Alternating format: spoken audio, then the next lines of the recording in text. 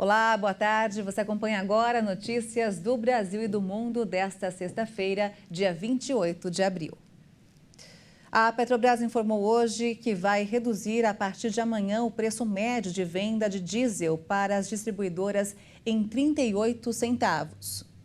Segundo a companhia, o objetivo é adequar sua cotação a variáveis como câmbio e valor do petróleo, além de questões de competitividade com o produto importado. O preço médio na refinaria cairá de R$ 3,84 para R$ 3,46 por litro, ou seja, uma redução de 9,9% por litro. A medida passa a valer a partir deste sábado e os preços dos demais combustíveis não sofrerão alteração.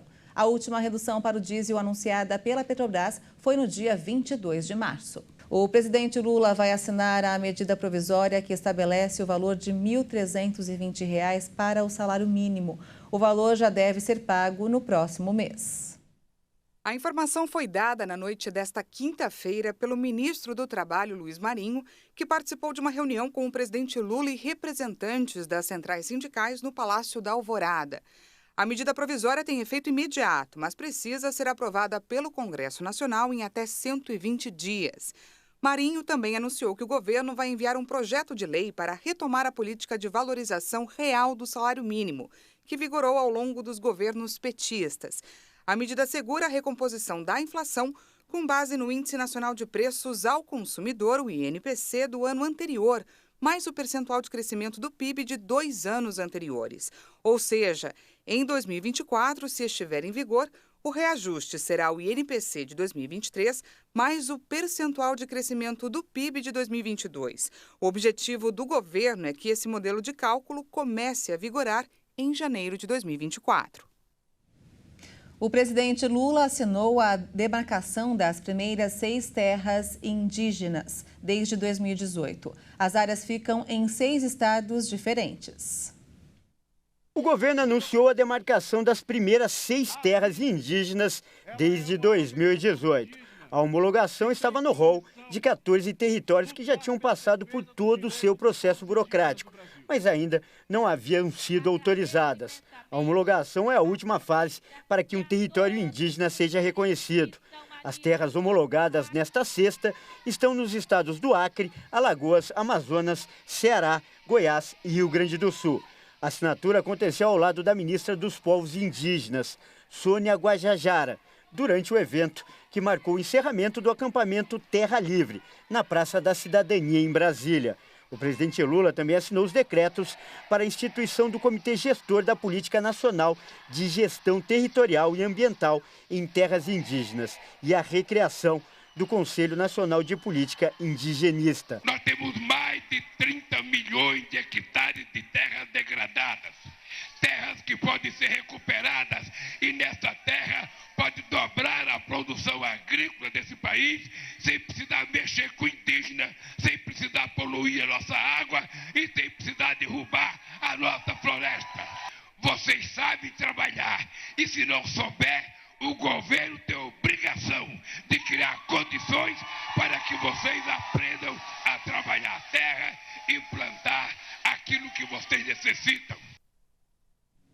A defesa de Anderson Torres alegou lapsos de memória sobre a entrega à Polícia Federal de senhas erradas de seu e-mail e dos dados armazenados em nuvem. Nesta sexta-feira, o ministro Alexandre de Moraes, do Supremo Tribunal Federal, determinou que a defesa do ex-ministro explique em até 48 horas o caso. A Polícia Federal havia informado ao magistrado que nenhuma das senhas fornecidas estava correta, o que teria inviabilizado a extração dos dados armazenados.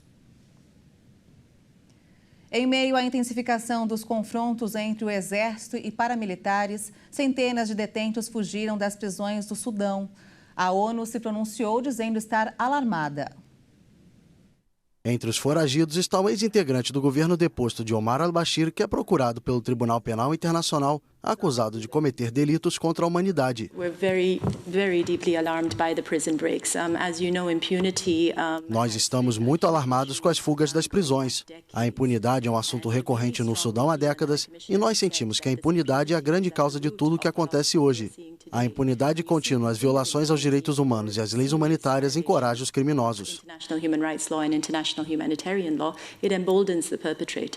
Os confrontos entre os exércitos paramilitares das forças de apoio rápido se intensificaram nos últimos dias, mesmo com o cessar-fogo de 72 horas em vigor. O Sindicato de Médicos do Sudão informou nesta sexta-feira que ao menos 74 pessoas morreram em Darfur, no leste do país, entre os dias 24 e 25 de abril. A entidade disse ainda que não conseguiu contabilizar as mortes dos dias 26 e 27 porque todos os hospitais da cidade estão fora do ar.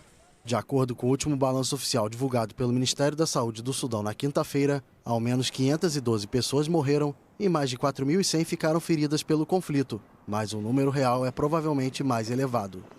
A Rússia realizou nesta madrugada o ataque mais letal contra a Ucrânia dos últimos 50 dias. Pelo menos 16 pessoas morreram. A Ucrânia acordou nesta sexta-feira sob intenso ataque de mísseis russos. A ação foi a mais letal contra o país em quase 2 meses. Sirenes começaram a soar ainda de madrugada para alertar a população sobre os ataques aéreos. Eles foram relatados nas cidades ucranianas de Dnipro, Uman e Ukrainka, que fica a cerca de 45 quilômetros ao sul da capital Kiev. O ataque desta madrugada ocorre em um momento de tensão, pela possibilidade de novas ofensivas russas e contraofensivas ucranianas. E essa movimentação pode levar a um agravamento da guerra. Em Uman, na região central do país, um prédio residencial foi atingido por mísseis, pegou fogo e deixou 10 mortos e 17 feridos. Em uma rede social, o presidente ucraniano Volodymyr Zelensky disse que entre as vítimas havia uma criança e pessoas ainda estavam debaixo dos escombros. O último grande ataque russo havia sido realizado em 9 de março, quando a estimativa de mortes foi próxima à desta sexta-feira. E o Ministério da Defesa da Ucrânia afirmou hoje que está pronto para realizar uma contraofensiva com o objetivo de recuperar territórios ocupados pela Rússia. O presidente Volodymyr Zelensky revelou que pediu ajuda à China para trazer de volta crianças deportadas à força para o país vizinho. Segundo Reznikov, os equipamentos para o ataque foram parcialmente entregues pelos aliados e estão prontos para serem utilizados.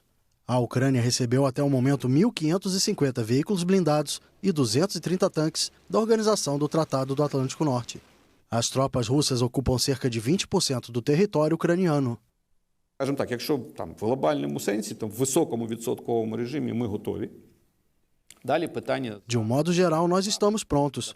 A questão agora é com o general Zaluzhny e seus colegas. Mas, se Deus quiser, com o clima ajudando e com uma decisão dos comandantes, nós vamos realizá-la em breve. Як тільки буде Божя воля, погода і рішення командирів, ми це зробимо. Apesar dos bombardeios russos, o presidente ucraniano Volodymyr Zelensky recebeu nesta sexta a visita de seu homólogo da República Tcheca, Petr Pavel, um antigo general da OTAN. Zelensky disse ter feito um apelo ao presidente chinês Xi Jinping para que ajude no retorno de crianças deportadas à força para a Rússia.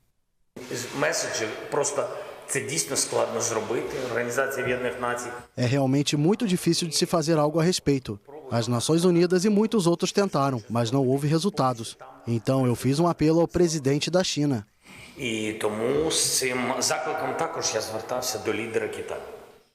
Autoridades ucranianas estimam que mais de 16 mil crianças tenham sido deportadas ilegalmente para o território russo até o final de fevereiro.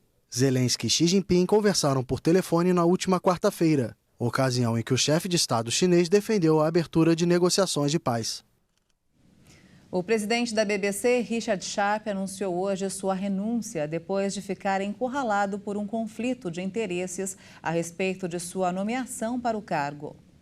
A renúncia ocorre após Sharp ficar encurralado por um conflito de interesses a respeito de sua nomeação para o cargo. Um relatório afirma que Sharp, um ex-executivo do setor bancário que assumiu o comando da BBC em 2021, violou as regras ao não relatar que havia auxiliado o então primeiro-ministro Boris Johnson a obter um empréstimo de $996 mil.